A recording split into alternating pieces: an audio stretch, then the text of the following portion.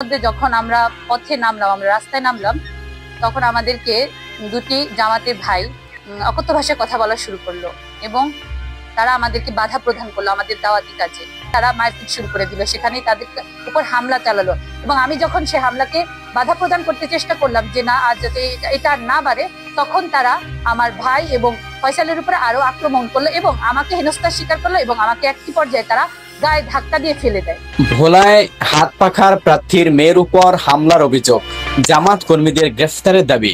ভোলা 4 মনপুরা ও চরফ্যাশন আসনে ইসলামী আন্দোলন বাংলাদেশ মনোনীত হাত পাখা প্রতীকের প্রার্থী একেএম কামাল হোসেনের মেয়ে মারিয়া কামালের উপর হামলার ঘটনা ঘটেছে। দলটির অভিযোগ, জামাত ইসলামীর দাঁড়িপাল্লা প্রতীক কর্মীরা এই বর্বরোচিত হামলা চালিয়েছে। বুধবার 28 জানুয়ারি এক বিবৃতিতে এই ঘটনার তীব্র নিন্দা ও জড়িতদের দ্রুত গ্রেফতারের দাবি জানিয়েছেন ইসলামী আন্দোলন বাংলাদেশের কেন্দ্রীয় নির্বাচন পরিচালনা কমিটির আহ্বায়ক ও প্রেসিডিয়াম সদস্য অধ্যাপক মাহবুবুর রহমান।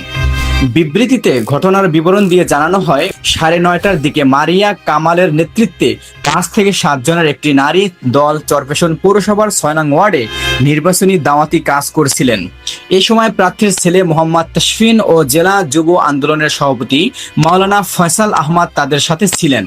অভিযোগ করা হয়, প্রচারণার এক পর্যায়ে সোহেল হাওলাদার পিতা ফজলুল হক হাওলাদার ও আলাউদ্দিন পিতা জাকির নামে দুই ব্যক্তি দাঁড়িপাল্লার পক্ষ হয়ে তাদের বাধা প্রদান করেন।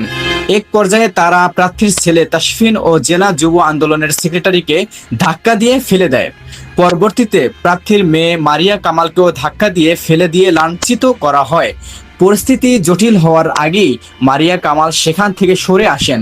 বিবৃতিতে অধ্যাপক মাহবুবুর রহমান বলেন, জুলাই গণঅভ্যুত্থানের পর পরিবর্তিত রাজনৈতিক সংস্কৃতিতে এই ধরনের আচরণ কোনোভাবেই প্রত্যাশিত নয়। বিশেষ করে ইসলামী নামধারী একটি সংগঠনের পক্ষ থেকে একজন নারীর উপর এই ধরনের হামলা আমাদের বিস্মিত ও ক্ষুব্ধ করেছে। আমরা প্রশাসনের প্রতি আহ্বান জানাবো, অবিলম্বে অপরাধীদের গ্রেফতার করুন, দৃষ্টান্তমূলক শাস্তির আওতায় আনুন। একই সাথে জামাত ইসলামের নেতৃবৃন্দকে বলবো, আপনাদের কর্মীরা একজন নারীর গায়ে হাত তোলার সাহস ও শিক্ষা কোথা থেকে পায়? এই ধরনের উচ্ছৃঙ্খল কর্মীদের বিরুদ্ধে ব্যবস্থা নিন, অন্যথায় সৃষ্ট পরিস্থিতির জন্য আপনারাই দায়ী থাকবেন। Desk report, Mohammad Ashrafuzzaman, MT Times. আমরা কি এখন আমাদের এই বাংলাদেশ চাচ্ছি যেখানে আমরা স্বাধীন মতো ধর্ম মত নির্বিশেষে আমরা আমাদের প্রচারণা কাজ চালাতে পারবো না? আমার প্রশাসনের কাছে কঠোর আবেদন এবং আহ্বান জানাচ্ছি, এটার জন্য একটি সুষ্ঠু বিচার হয়।